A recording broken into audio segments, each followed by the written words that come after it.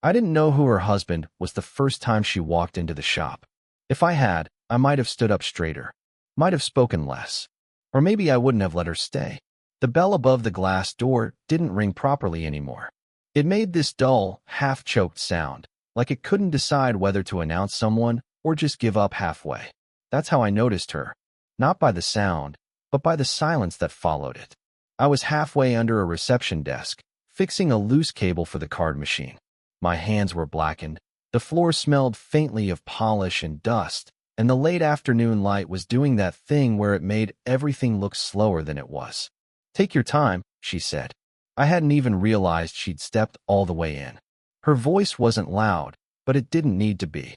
It landed somewhere steady, assured, like she wasn't used to repeating herself. I slid out from under the desk a little too quickly and bumped my shoulder. "Yeah, sorry. I didn't hear the—" I gestured vaguely toward the door, then stopped.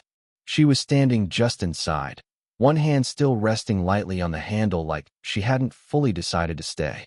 Mid-40s, maybe a little older. Not trying to look younger. No effort in that direction at all. And somehow that made everything else about her feel intentional. Her coat was simple, tailored, dark. The kind of thing that didn't ask to be noticed, but made everything around it feel slightly out of place. "I'm not in a hurry," she said again, softer this time. There was something about the way she looked at the space. Not at me yet, just around, like she was measuring it without judging, taking it in piece by piece. I wiped my hands on a rag that didn't really help. "What can I help you with?" She stepped forward, slow but not hesitant. "I was told you handle small business repairs. Systems, wiring, that kind of thing." "Yeah, that's me." Another pause. Not awkward exactly, just unfilled. "My mother owns a shop," she said. "It's been having issues. Payments not going through. Lights flickering in the back room. She won't admit it's a problem." I nodded, already reaching for a notepad. "Happens a lot. Old wiring, probably. Or a bad connection somewhere." She says it's nothing. A small exhale, almost a smile, but not quite. But she also said that about her knee for 6 months. That made me look up. She was watching me now. Not intensely, just directly. Like she expected me to understand something she hadn't said. "I can take a look," I said, a little too quickly. "Where is it?" She gave me the address, and I wrote it down, though I wasn't sure I'd forget it even if I tried. There was a moment, brief, almost nothing, where our hands brushed as I passed her the card with my number on it. It wasn't deliberate, not clumsy either, just there. Her fingers were warm, warmer than they should have been for someone who'd just come in from outside. "Thank you," she said. She didn't pull her hand away immediately. Not long enough to be noticed by anyone else. Just long enough that I noticed. I cleared my throat. "I'll stop by tomorrow morning, if that's okay." "That would be good." A small nod. Then, as she turned toward the door, she added, almost as an afterthought, "She won't tell you everything right away." "I'll manage," I said. She paused at the door, hand on the handle again. Same as when she came in. "For her sake," she said, glancing back. "Don't let her." Then she left, and the bell made that half sound again, quieter this time, like it didn't want to interrupt whatever had just happened. I stood there longer than I needed to, the notepad still in my hand, her address staring back at me like it meant more than it should. It wasn't the job. I'd taken dozens like it. It was the way she said things without finishing them. The way she looked at me like I was already part of something I didn't understand yet. And later that night, lying in bed, staring at the ceiling I hadn't bothered to repaint in years, I kept thinking about the way her hand didn't move. I got to her mother's shop earlier than I needed to. It was the kind of place that hadn't changed its layout in years. A narrow entrance, shelves packed too tightly, a counter that had seen better days. The air smelled faintly of old paper and something sweet, like wrapped candy left too long in a drawer. Her mother greeted me before I could even introduce myself. Talkative, distracted, insisting everything was mostly fine, while pointing out 5 different problems at once. I listened, nodded, crouched behind the counter to check the wiring. It didn't take long to see the issue. Old connections, worn insulation, nothing dramatic. Fixable. But I stayed longer than necessary. I told myself it was because she kept interrupting, asking questions, offering tea I didn't have time to drink. But really, I was waiting. She showed up just past noon. No announcement this time. Just the soft shift in the room when someone enters and somehow changes the air without trying. I hope she's not overwhelming you, she said, stepping closer. I straightened up, brushing dust off my hands. I've handled worse. Her mother laughed loudly from the back. He's polite. That's dangerous. The older woman, her, gave a small smile at that, but it didn't quite reach her eyes. You found the problem? She asked. Yeah. Wiring's old. I'll replace a few sections, should stabilize everything. She nodded, crossing her arms lightly. Not defensive, just contained. I went back to work, aware of her moving around the shop. Not hovering. Not leaving either. Just there. Occasionally adjusting something on a shelf, speaking quietly to her mother, then falling silent again. At one point, I felt her step closer behind me. You don't have to rush, she said. I'm not. A pause. You say that, she replied, but you keep checking the time. I glanced at my watch without thinking, then stopped. She wasn't wrong. Habit, I said, or something else. I looked up at her then. She was leaning slightly against the counter, one hand resting flat on the surface. Her fingers were still, too still, like she was holding them there on purpose. Up close, she looked tired. Not in a way she'd admit. Not something obvious.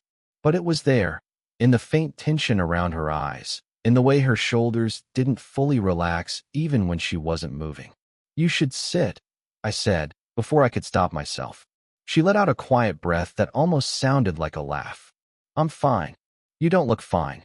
The words hung there longer than I expected. For a second, I thought I'd crossed something. That she'd pull back, shut down, leave me standing there with my tools and my bad timing. Instead, she looked at me, really looked this time. It wasn't sharp, not defensive, just unguarded, for a moment too long. I don't usually get told that, she said. Yeah. No one likes to notice. I didn't know what to say to that. Her hand shifted slightly on the counter, fingers curling just a little, like she'd caught herself revealing something she hadn't meant to. Then she straightened. I'll make tea, she said, quieter now. For both of you. She turned before I could respond. I watched her walk to the back, steady, composed again, like that small crack hadn't happened at all. But it had. When she came back, she handed me a cup. Our fingers brushed again, more deliberate this time. Or maybe I just noticed it more. Careful, she said softly. It's hot. I nodded, but didn't pull my hand away right away. Neither did she. And for a second, standing there in that too small shop with the hum of faulty wiring still buzzing faintly in the walls, it felt like something had shifted. Not enough to name. Just enough that I didn't look at the clock again. It got late without either of us noticing. Her mother had left an hour ago, after insisting I lock up properly and reminding her, twice, not to stay too long. The lights in the shop were dimmer now, just the front half lit, everything else fading into soft shadow. I should have finished and left. The wiring was done. The system was stable. There wasn't a reason to stay.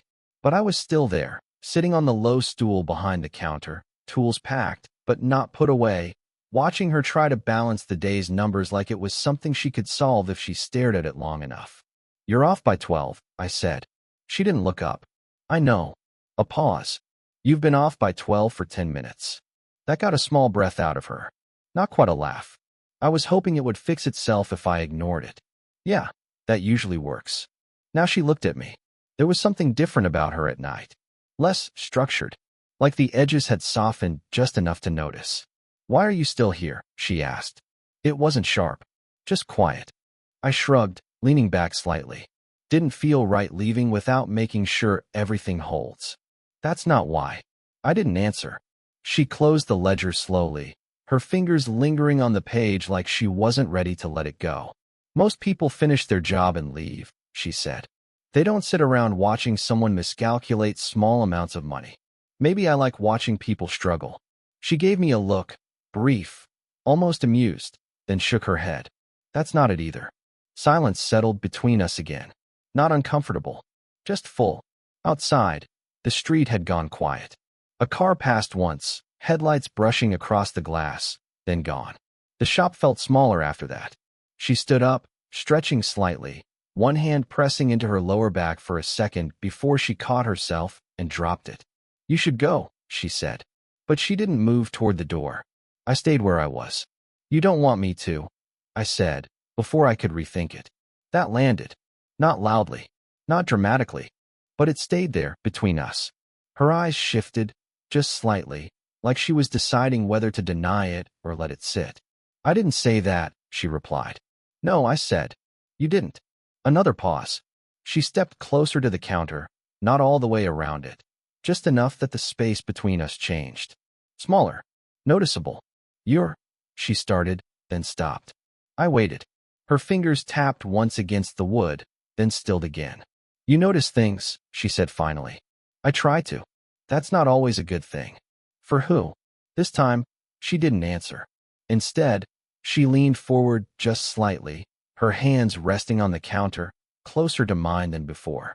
Not touching, close enough that it felt like it could happen without either of us meaning it. I could see the faint lines at the corner of her eyes now. The way she held herself like she was used to being steady for other people. "You shouldn't stay this late," she said quietly. But her voice had softened in a way that didn't match the words. "Then tell me to leave," I said. She looked at me. Really looked. And for a second, it felt like she might say something else. Something that would change the shape of this entirely.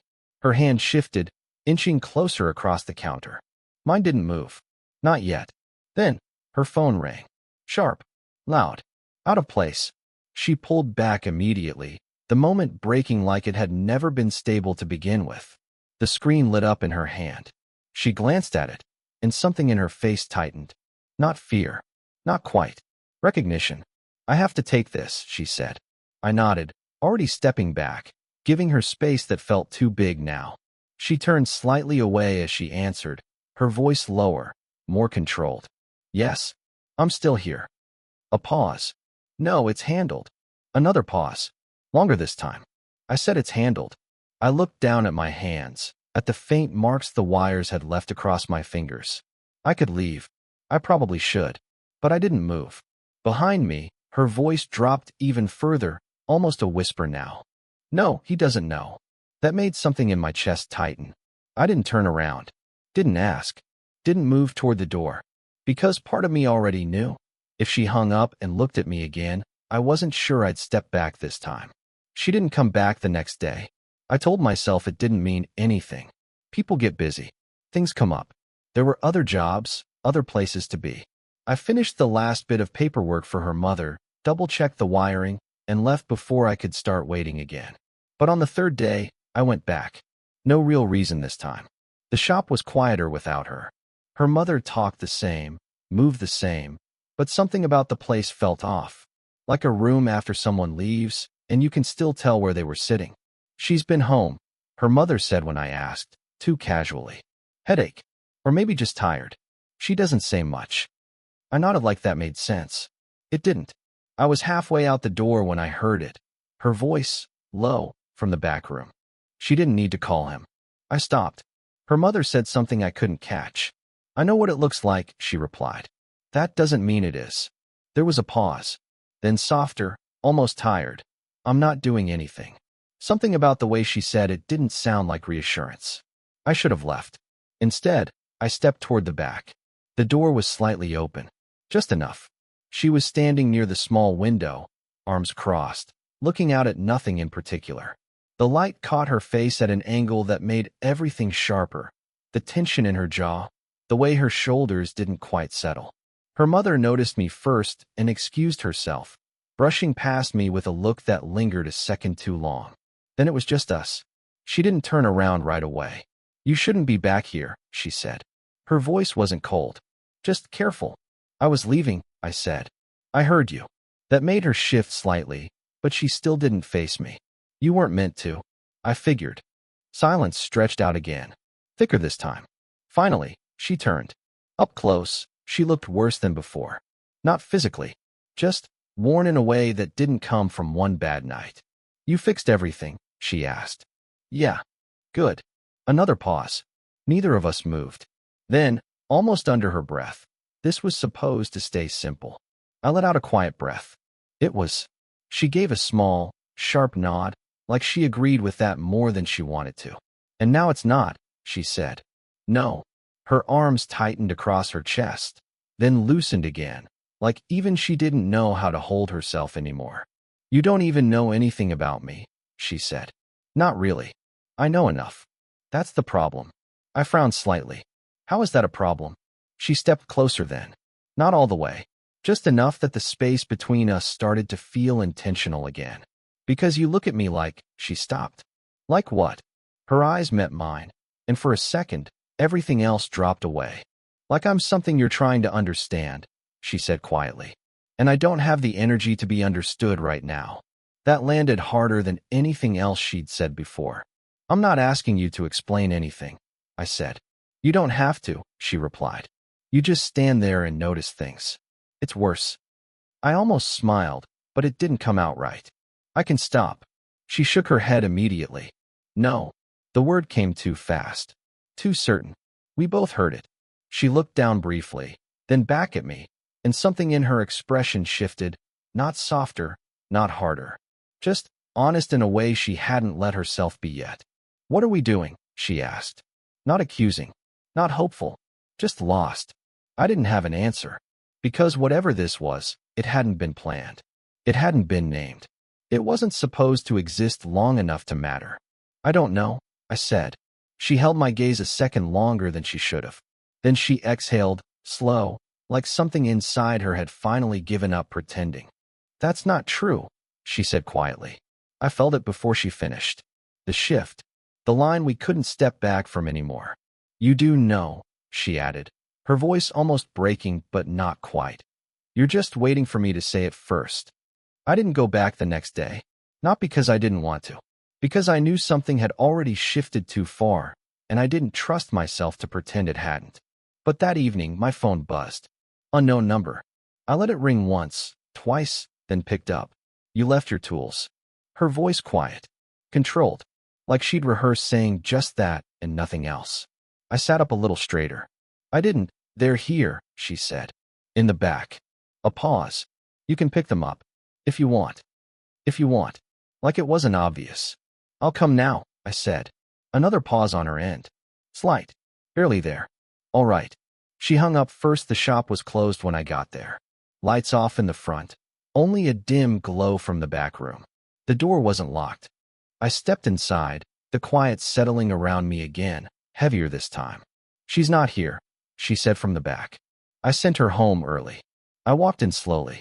She was sitting at the small table near the window, something in her hands. Not looking at me yet. My toolbox was on the floor beside her chair. I could have come tomorrow, I said. I know. Silence. I moved closer, but not too close. Close enough to feel it, not enough to cross it. You didn't have to call, I added. She let out a small breath, almost a laugh. No, I didn't. That hung there. Then she looked down at what she was holding. It was a photograph. Old. Edges slightly worn. She turned it in her fingers once before speaking. You asked me what the problem was, she said quietly. Why noticing things is not good for me. I didn't interrupt. She glanced up at me briefly, then back to the photo. He used to do that, she said. Notice things. Something in the way she said he made it clear I wasn't supposed to ask who. So I didn't. He'd point out small things I hadn't said out loud yet. The way I was tired. Or lying. Or about to say something I didn't want to. A faint, distant smile touched her lips, then disappeared. I used to think it meant he understood me. Her fingers tightened slightly around the photo. I stayed still. What happened? I asked, softer than I meant to. She nodded once, like she'd expected that. He left, she said. Just that. No explanation. No story wrapped around it. But it wasn't simple. I could hear that in the space she didn't fill. He didn't say anything. I asked. Her eyes flicked up to mine again. This time, there was something sharper there. He said everything, she replied. Just not to me. That landed heavier than it should have. She finally held the photo out slightly, not offering it, just letting me see. A younger version of her. Standing beside a man I didn't recognize. Close, but not touching. Smiling like people do when they think something will last. I looked at it for a second, then back at her. You think I'm like him? I said. She shook her head immediately. No. Too fast. Then quieter. That's the problem. I frowned slightly. You're not like him, she said, cutting in gently. And somehow that makes it worse. Her voice dropped, not breaking, just thinning. Because I don't know what this is supposed to be if it's not that. I didn't have an answer. Again, she let the photo fall back onto the table, her hand lingering on top of it like she was trying to keep it from moving. Then, after a long pause, "You don't even know the worst part," she said. I didn't speak. She looked up at me, and this time there was no distance left in it. No carefulness. Just something raw and unsteady. "He didn't leave all at once," she said quietly. "He just started disappearing while standing right next to me." Something in my chest tightened. "And you," she added, her voice barely above a whisper now. "You haven't even tried to leave. And I'm already waiting for it." I didn't say anything right away. Not because I didn't have something to say, but because anything I said too quickly would sound like a promise. And I wasn't sure promises were what she needed, or what I could keep. She was still standing there, one hand resting over the photograph like it might slip away if she moved. "I'm not him," I said finally. My voice came out quieter than I expected. "I know," she replied. "But I get why you're waiting for it," I added. That made her look at me again. Not defensive this time. Just tired of holding the same thought alone. "You don't know what that feels like," she said. "Maybe not exactly," I admitted. "But I know what it's like when something starts to matter before you decide it should." That landed somewhere between us. She didn't respond, but her hand eased slightly, her fingers no longer pressing into the photo as hard. "I didn't plan this either," I continued. "Coming back. Staying. Not leaving when I should have." A faint shift in her expression, not quite a smile, not quite anything else. "You still can," she said. It wasn't a challenge. It wasn't even a suggestion. Just a fact, placed gently between us. I nodded. "Yeah." But I didn't move. Neither did she. The silence that followed wasn't heavy like before. It didn't feel like something breaking or waiting to break. It felt settled, not resolved, just honest. She exhaled slowly, her shoulders dropping a fraction, like she was letting something go, not completely, but enough to breathe around it. "I don't want to do this halfway," she said. Her voice was steady, but there was something underneath it. Not fear exactly, just caution that had learned its lesson. "I know," I said. "And I don't want to spend weeks pretending this is nothing," she added. "Or months convincing myself it won't hurt if it ends." I glanced at the photo on the table, then back at her. "It might hurt anyway," I said. She let out a small breath. "That's not very reassuring." "It's honest." That seemed to matter more. Another pause. Then, quietly, "What happens if you don't leave?" she asked. The question stayed there, not urgent, not demanding. Just real. I stepped a little closer. Not enough to corner her. Just enough that the space between us didn't feel like distance anymore. "Then I don't leave," I said. She searched my face for something. Hesitation, maybe. Or certainty. I wasn't sure which one she found. Her hand shifted slightly on the table, no longer covering the photo. Without really thinking about it, I reached out. Not for her. Just toward the edge of the table. My fingers stopped there, resting against the wood, close enough that if she moved even a little, she did. Not all at once. Just enough that her hand brushed mine. Then stayed. No tension. No pulling back. Her fingers were still warm. We didn't look at our hands. We didn't say anything else. The shop was quiet around us, the lights dim, the world outside already moving on without noticing any of this. She leaned forward slightly, not toward me exactly. Just enough that the space between us softened into something shared. Not a decision. Not a promise. Just not leaving. And this time, neither of us stepped back. I didn't find out about her husband right away. Not that night. Not the week after. It came later, in pieces, the way things like that always do. A name mentioned too casually. A headline I almost ignored. A quiet correction from someone who assumed I already knew. Reserved. Private. Multi-billionaire. The kind of man people describe in numbers, not in details. And the kind of man who had been quietly funding her mother's shop long before I ever stepped inside it. I remember sitting with that information longer than I should have. Not reacting. Just turning it over in my head like it might change something if I looked at it from the right angle. It didn't. Because by then, Whatever this was between us had already moved past the part where things made sense on paper. She told me the rest herself. Not all at once. Never all at once. We were sitting in the shop after closing, like we had a habit of doing by then. No urgency to leave. No need to fill the silence either. He doesn't interfere, she said, tracing the rim of her cup with her finger. That's his way of caring. I didn't respond right away. He makes sure things don't fall apart, she added. Just from a distance. There was no bitterness in her voice. That was the part that stayed with me. Just something quieter. Something that had already been accepted. And you? I asked. She looked at me then. I stayed, she said simply. That was it. No explanation. No defense. Just a choice she'd been living inside for longer than I could understand. But something had changed. Not suddenly. Not dramatically. It was smaller than that. She started leaving things unfinished sometimes, a sentence, a thought, and not rushing to fix it. Like she was learning to exist without closing every door behind her.